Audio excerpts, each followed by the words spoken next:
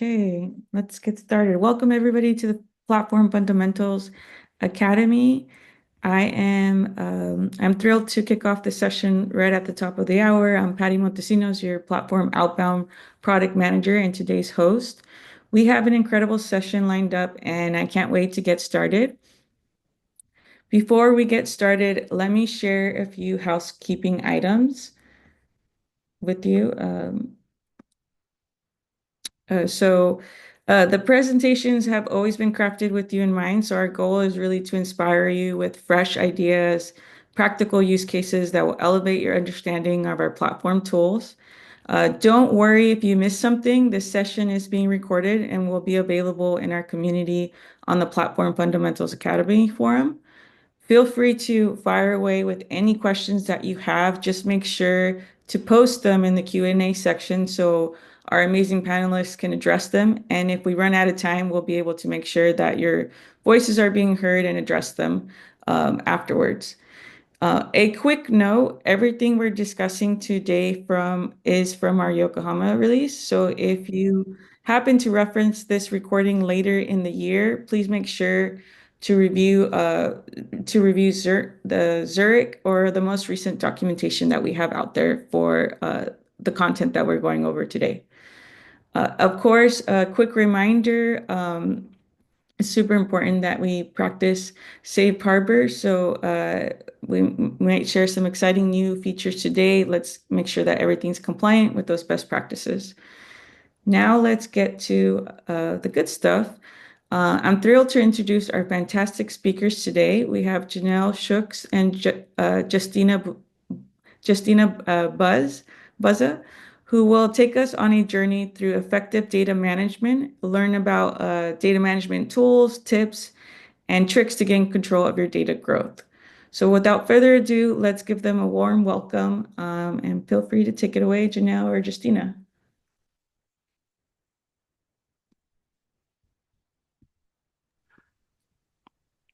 Thanks so much, Patty. Can everybody see my screen okay? Awesome. All right. So before we dive in, I just wanted to cover a couple things that we're going to go through on the agenda. We're going to talk about why data management matters. We're going to go through visibility, talk about where you guys can view your data in your instance. We're going to give you some tips and best practices for effective data management. Janeil is going to cover some tools with you, and then we're going to save some time at the end for Q&A. So I think we got some questions pulled up. So I wanted to ask you guys, if just make sure everybody's staying awake this morning, why does it matter? So there's a couple options on the screen here and you guys can choose from. We have instance performance, contract compliance, data health, data regulation, data accumulation. Why does effective data management matter?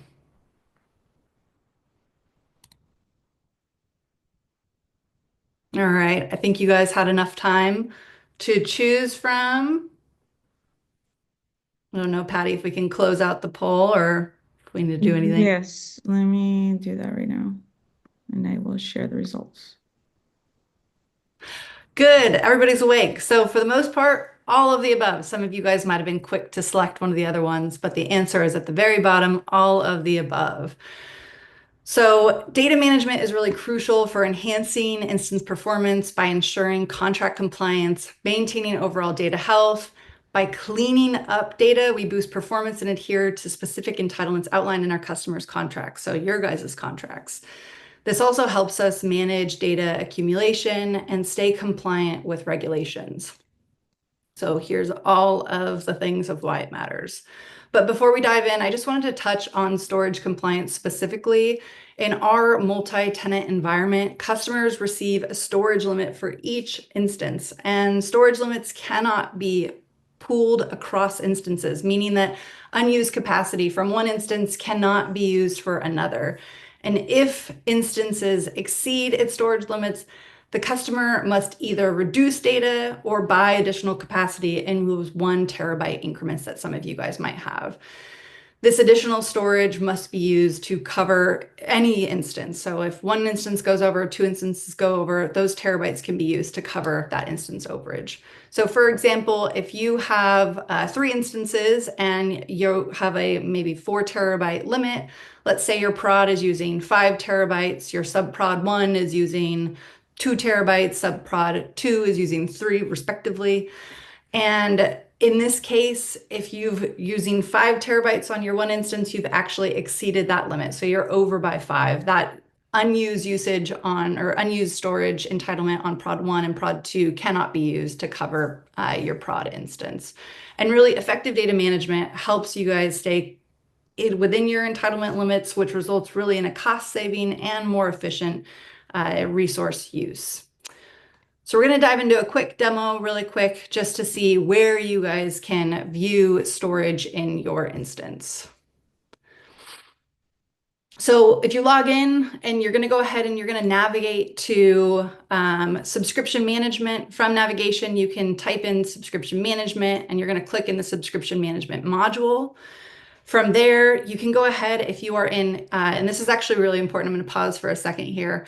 I want to make sure that you guys are all updating your subscription management applications. There's various that's available via store, and I think right now we might be on 4.2.0, maybe even a newer one that I'm blanking on, but make sure that you are updating this. The cloud capacity module that I'm about to cover is only available if you're on Xanadu and you're on the latest and greatest subscription management module.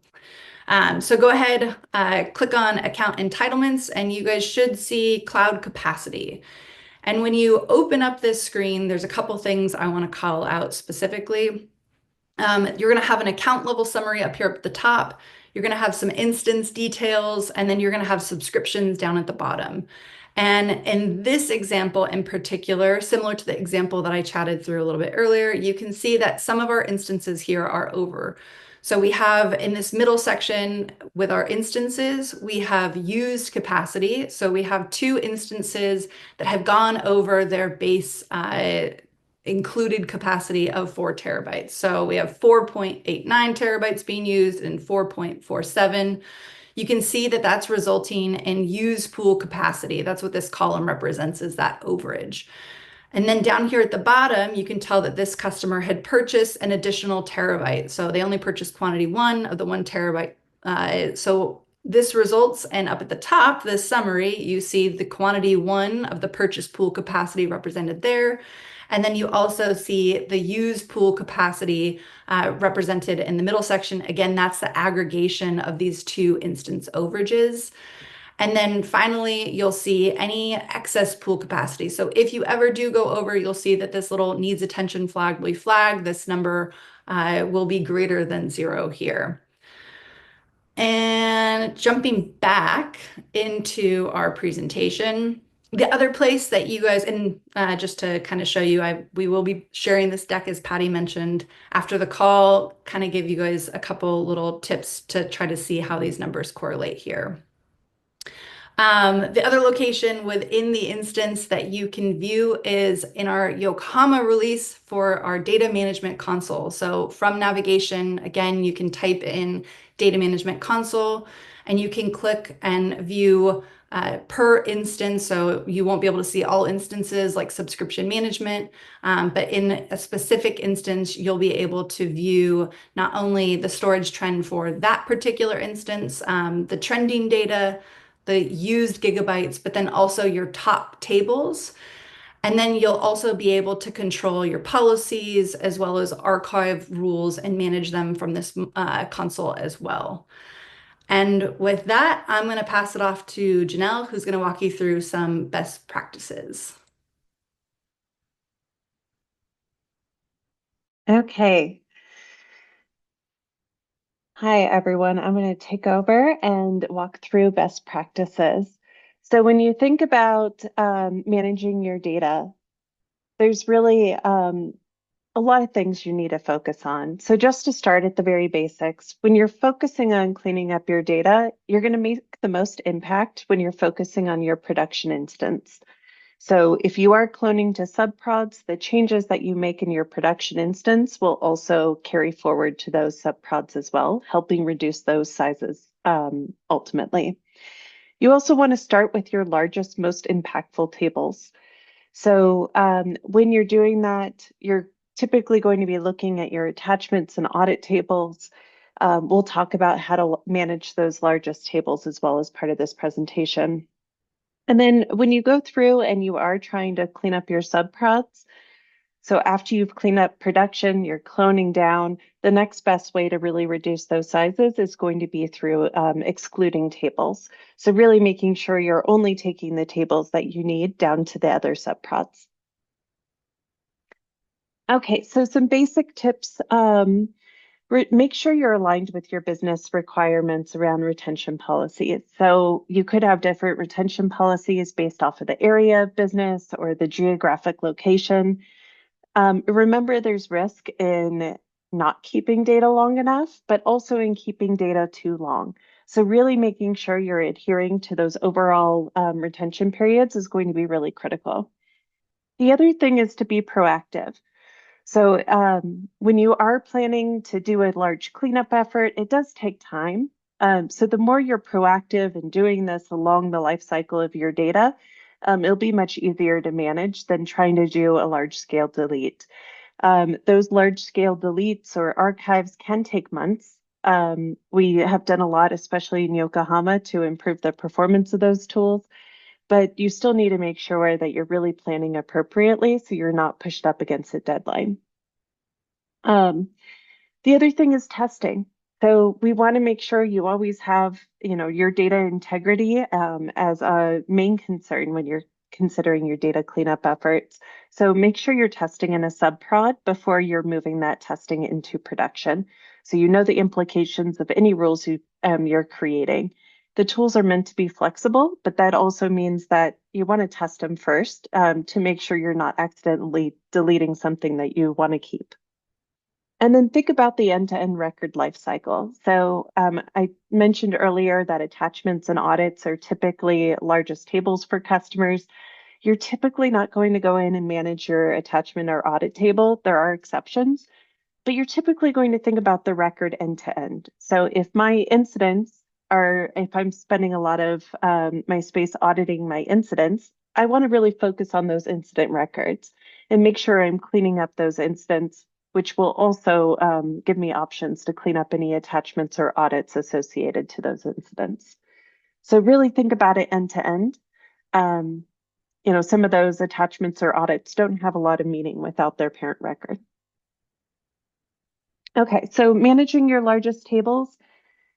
I've already talked through a lot of this, but just really making sure you're managing it at the parent record level. Another example would be email. So email can also drive a lot of attachments. You want to make sure that you're managing it again at that email level as opposed to at the attachment level. There's a lot of different options for being able to manage your email, so we'll talk about that more later. And then audits, you can go through, you make sure you're also really managing not only the audits you've already created, but the audits you will be creating. So making sure you're going into your audit configuration settings to understand whether or not you're auditing the right data. You don't want to waste your space with audits that aren't relevant. So really making sure you're managing those audit configs to focus on what's going to be most critical for you and your business. So we're going to dive into tools to manage your data. I'm actually going to jump over to my instance so I can show you a little bit live, but I'll jump back to the deck in just a moment. So I'm just going to switch to my other screen. So this is my instance.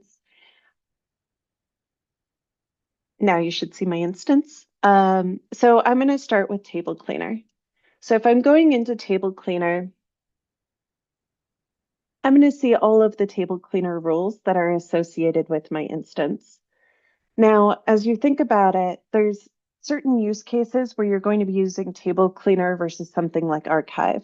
So typically it's going to be where you don't need to keep all of the data, based off once it's no longer live.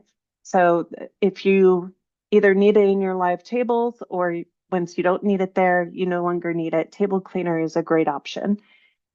An example would be like where there's transitory data, like ATF test results, or something like flow context. So when you're thinking about creating your rules, think about what types of tables you want to focus on. I'm going to go through and just do a quick example. I'm going to go to flow. So you have lots of tables that you can do here. I'm just going to pick one. Now you have a field called match field.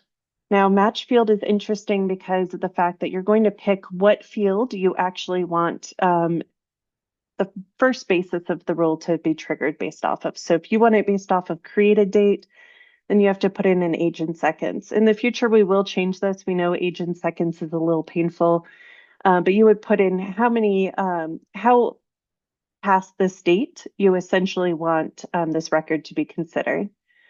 Active is whether or not the rule is active. So just very basic.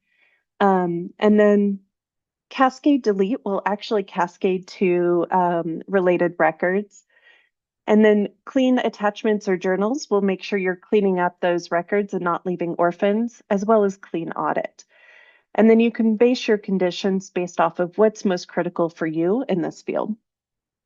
One thing to call out is in Yokohama, we do have a new scaled table cleaner that launched. So it can be multi-threaded, it can perform on tables without indexes, so it should help you significantly in improving your table cleaner options.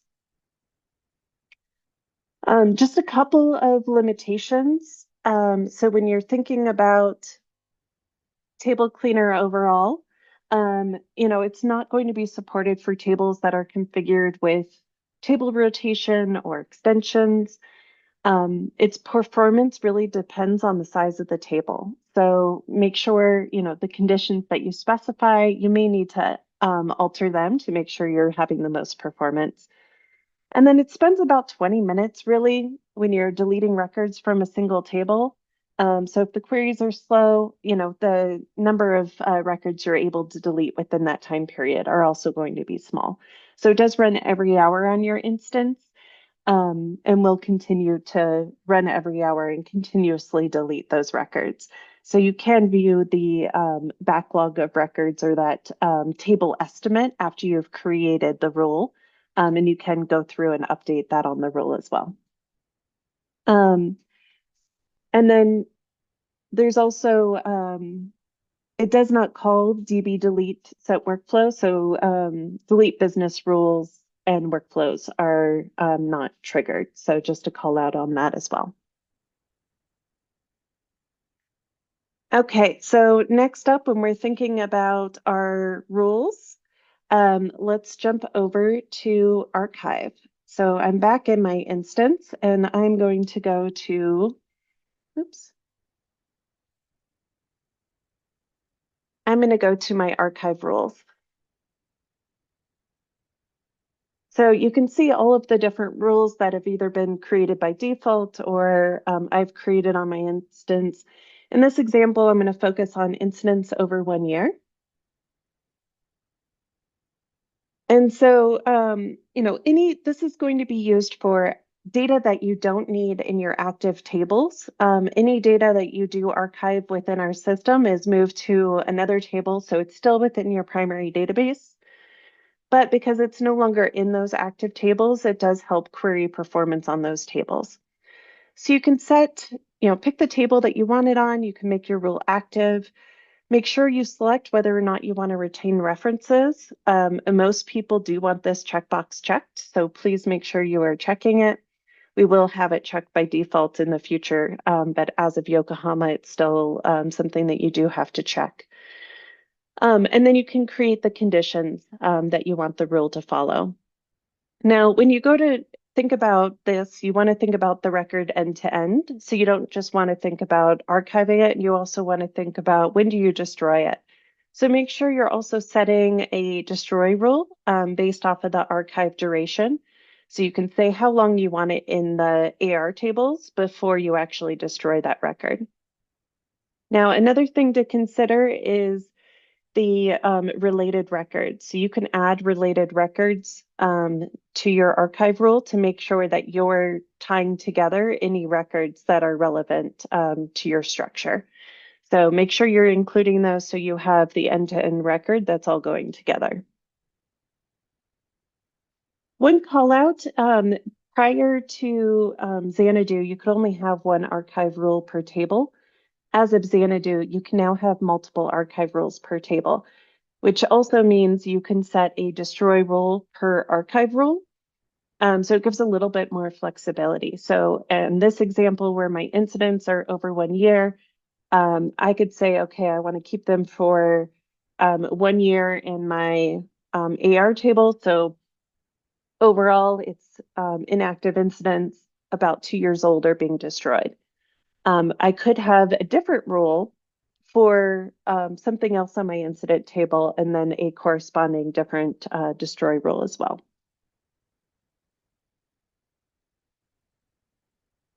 Okay. I think that was it for archive. I'm going to switch back to the deck and just talk about delete jobs. So delete jobs were introduced, I believe, back in Washington. One call out is that this is a great replacement for writing scripts. So instead of having scripts to delete your data, you can use delete jobs. So this really should be replacing those custom scripts. You do have the ability to select the table. You can put in your conditions and whether or not you want to run business rules and engines. Now, one call out about delete jobs is that when you do use delete jobs, it does create a rollback context. So it does take a while longer for you to see the space that you're saving because it does enable you to potentially roll back those records for up to 14 days. So after the 14 days, it will delete that rollback context, and then you will start to see some of that space show up in your primary. But because it does create that rollback context, there is a longer delay until you see that space really being saved. So we talked briefly about clone earlier. Clone is a great way to make sure that you're updating your subprods. There is the new Clone Admin Console. It's a store app that was launched about 1.5 years ago. And it gives you the ability to really see all of your clones in one place, regardless of the instance they were cloned from. Now, when you're thinking about saving space, one of the best ways you can do is really by excluding tables from your production or your source to your target instance. Excluding those tables means the table's still there, but it's empty. So if you don't need that data, make sure you're not carrying it forward to your subprods as well. So really make sure that you're reviewing, especially those large tables, to evaluate the impact to development and testing. If you don't need them, then make sure you're excluding those. Okay, next up is CMDB Data Manager.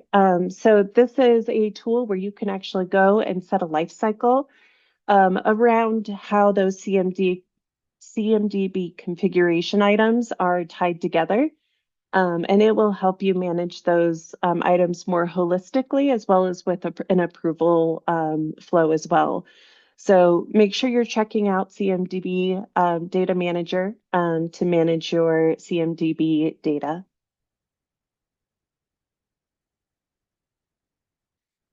And then I mentioned there's a couple of different options when it comes to email retention policies. So definitely you can continue to use those platform tools, create an archive rule at the parent record level, add in your related records, and go through and manage it that way. You can create table cleaner rules on email as well. But there is also an email retention plugin that you can use to create those retention policies for email. So several different paths you can go. All are viable depending on what your needs are as a business. And then one last tool I want to talk about is really compaction. So when many customers ask, I just deleted a bunch of data. How do I reclaim that space? And so we do have tools that we do on the back end to make sure that we're reclaiming that space as it's available. It's really based off of hitting certain thresholds. So once you hit those thresholds, and they're outlined below, then we will automatically compact the table. So the database you're on also does some naturally. However, we make sure we're proactively managing it to reduce that fragmentation or free space. So once the table, if the reclaimable space is more than 10 gigabytes, if there's 50% more free space, more than 50% free space, that is a parameter that you can actually go in and configure. So you can adjust that. The table does have to be less than 100 million rows, and it must be less than 100 gigabytes. Again, that is also a configurable parameter. The other call out is you have to have space on the hardware that you're on. So we will check for that to make sure there's space to be able to go through and reclaim that. So a lot of people ask, what if I don't meet this criteria? If you're less than that criteria and the parameters that you can adjust, there may not be anything you need to do. It may just be not worth the effort to actually reclaim that space. So really, evaluate if there's anything to be done. Then you could also look at where you can adjust those parameters based off of this presentation and see if that will allow you to compact the table if you do believe there's enough viable space to be reclaimed.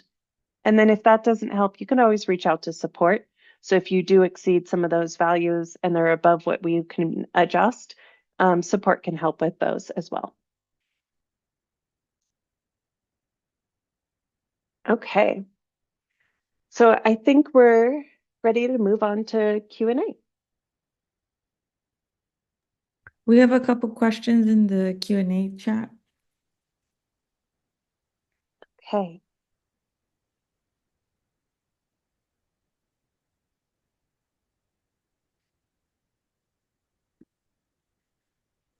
So the first question that's open, it looks like, what is the right size the syslog or sysaudit or any other sys table should be maintained at in a production-only environment? There's no right size. It really depends on you, and it depends on your instance and your data. I would say it's more of a balancing act. So it's the important thing is to make sure for those sys tables, especially like sys audit, that you're auditing the right data. And as long as you have the right data, then it's more about just managing your records end to end. So what we've often found is that customers whose sys audits get extremely large are auditing records or fields that aren't really relevant that they will never use. So it's less about a specific size limit. It's more about making sure you're doing the right audits for your business. Okay. The next question, it looks like, was related to if you use archiving on CIs, will you lose the reference to changes and incidents where the CI was used? So for CIs, so often I recommend actually using CMDB Data Manager. First, because you can actually go through and set approvals, everything like that. Now, when you go through and you are archiving and not using Table Cleaner, I want to make sure I'm very specific, you can retain those references. It does not, so the archived record is still actually on your primary instance. But it is important to make sure that you are retaining references for that CI. If you do restore the record, it will automatically reassociate it to any records it was originally associated to. The next one was, do archive rules allow granular criteria rules? Example, field 1 equals Y and field 2 equals Z. For archive record. I'm not sure I entirely understand this question, but you can go through in the conditions and select any field from the table. You do have an operator, so you can go through and select which operator you want to use. If it is a specific value, you can put an is operator in there and then put in a value. So for example, if you want to archive records that were created by Janeil, you can go through and say specifically that you want the created by is Janeil, and it would be able to do that function. So I hope that answered that question. If it didn't, please post some more details in the Q&A. Thank you. Okay. The next one, it looks like, is, are there any restrictions to using archive on the audit data? Like there's restrictions on using table cleaner on sharded tables. So that's correct. There are restrictions for using table cleaner on sharded tables. You can use table cleaner on audit. So there is not a restriction specifically for audit. And I believe that recently changed as of X or Y. I'll have to double check on that. Another question around CMDB data manager being deprecated. I have not heard that. I'm not actually the product manager for that. There is another product manager. I talked to him a few weeks ago and I had not heard anything about that. So I will follow up to confirm whether or not there is any deprecation going on there. But last I heard it was not. A question around threshold values where the size of audit table related to the total size of the DB becomes concerning. Again, it's not a specific value. It's more of a point to make sure, are you auditing the right data? So definitely you want to proactively manage this, make sure you're auditing the right fields, the right tables, that you're keeping that table as lean as possible. So it doesn't impact performance overall, but there's not a very specific threshold to say if it's 20%, for example, of your overall DB, you'll have any challenges. So it's more of something to keep an eye on and make sure you're really only auditing the data that you do need to audit. Okay, and then one question about a table called syslog rotating. So we do have rotating tables on your instance. This is typically for, so in this example, it's for log data. It does rotate, so that way, so it's typically broken up into time periods of how much data is visible, but there's, or in a specific table because it can get so large. So, you know, it's a rotating table because of the fact that it is typically such a large table. And so we break it up into smaller chunks to make it more consumable. Okay, I think that wraps up our questions, wrap up our session. So feel free to, if you haven't, register for Future Academy so you're up to date of what's coming next. We do have some that are already lined up. Our next session is on March 27th. Next week, we'll have an introduction to our ServiceNow multi-factor authentication. And actually, there's a correction to that. It's more on, not an introduction, but more that multi-factor authentication is going to be enforced and what you should do in terms of staying up to date for that. The next one is on April 3rd. It will be on Kickstart Your Journey with Impact Accelerators for Platform Foundations. And then we have one on April 10th for focusing on access control, so more on platform security. April 20th will be a special session on how to prepare for those attending Knowledge 25. And then we'll have a blackout period. We won't be hosting any academies for the month of May because we hope that you'll join us live at Knowledge 25. So thank you so much for joining. And again, here's the QR code so that you can register to attend Knowledge 25 in Vegas. We'll hope to see you there. Thank you.